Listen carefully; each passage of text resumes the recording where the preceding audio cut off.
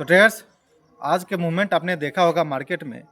काफ़ी अच्छा मूवमेंट आया। मेरा खुद का पोर्टफोलियो लगभग 4% प्लस में जाके क्लोजिंग दिया है, जो कि हमने शेयर भी किया था अपने शॉर्ट्स के थ्रू और अपने स्टोरी पर भी लगाया था इंस्टाग्राम के।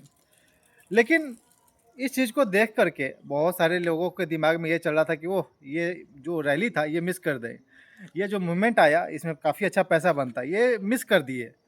और ये एक बुल रन अब स्टार्ट हो गया है, हम मिस कर दिए हैं। इस तरह का एक्सपेक्टेशन, इस तरह का थिंकिंग बहुत सारे लोगों के दिमाग में अभी चल रहा होगा।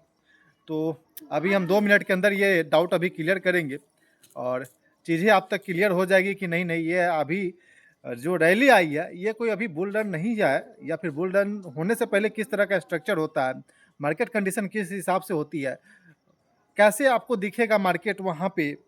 तो हम बोल सकते हैं कि इस तरह के हाइप में अभी आप मतलब सोचिए कि इस तरह के हाइप में आप मत पड़िए। मतलब कि कहने का मतलब है कि इस तरह का हाइप जो है, आप इससे पहले अगर आप देखेंगे तो जब इलेक्शन हुआ था, उस वक़्त जब रिज़ल्ट आने वाली थी तो उस वक़्त भी इस तरह का हाइप हुआ था कि एक दिन लगभग काफ़ी अच्छा गैप अप मार्केट ओपन हुआ था, लेकिन उसके बाद वापस से नीचे आ गया।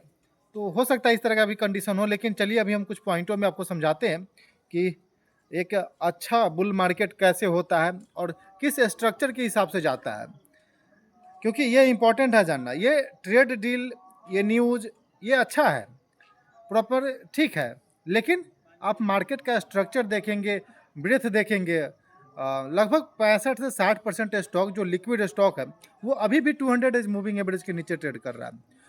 बहुत सारे जो सेक्टर है वो अभी भी 50 मूविंग एवरेज के नीचे ट्रेड कर रहा है। तो जो 200 एज moving average long term trend बताती है और 50 moving average short term trend बताती है। तो यहाँ भी आप देखेंगे तो वीकनेस दिखेगा।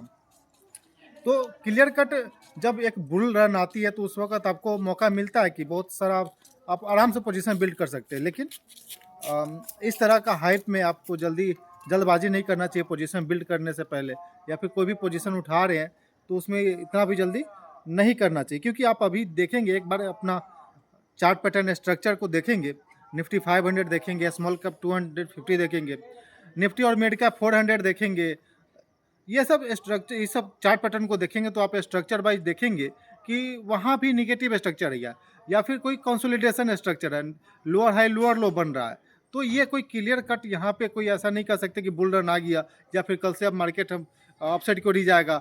आप जो ये रैली आपको यहाँ पे गैप अप दिखा, यहाँ पे आप रैली मिस कर दिए, तो ये नहीं हो सकता जब तक ओवरऑल मार्केट का कंडीशन एक अच्छा नहीं बन जाए, हायर हाई स्ट्रक्चर नहीं बनने लगे।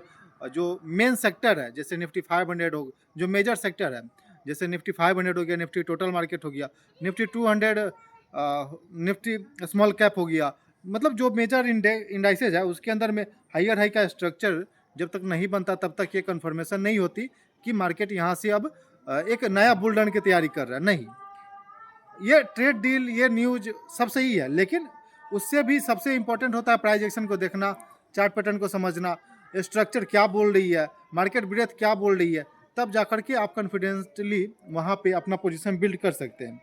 और आज के समय बहुत सारा ऐसा चीज़ें हो चुका है, जैसे कि बहुत सारा ETFs आ चुका है, तो ETFs के थ्रू आप वहाँ पे पोजीशन बिल्ड कर सकते हैं। एक प्रॉपर स्ट्रक्चर को आप अपने लिए एक प्रॉपर पोर्टफोलियो में बिल्ड कर सकते हैं, स्ट्रक्चर के थ्रू आप अपना पोजीशन बिल्ड कर सकते हैं। तो हाइप में नहीं पड़िए और पेशेंस रखिए, कंसिस्टेंसी के साथ आराम से पोजीशन बिल्ड करिए।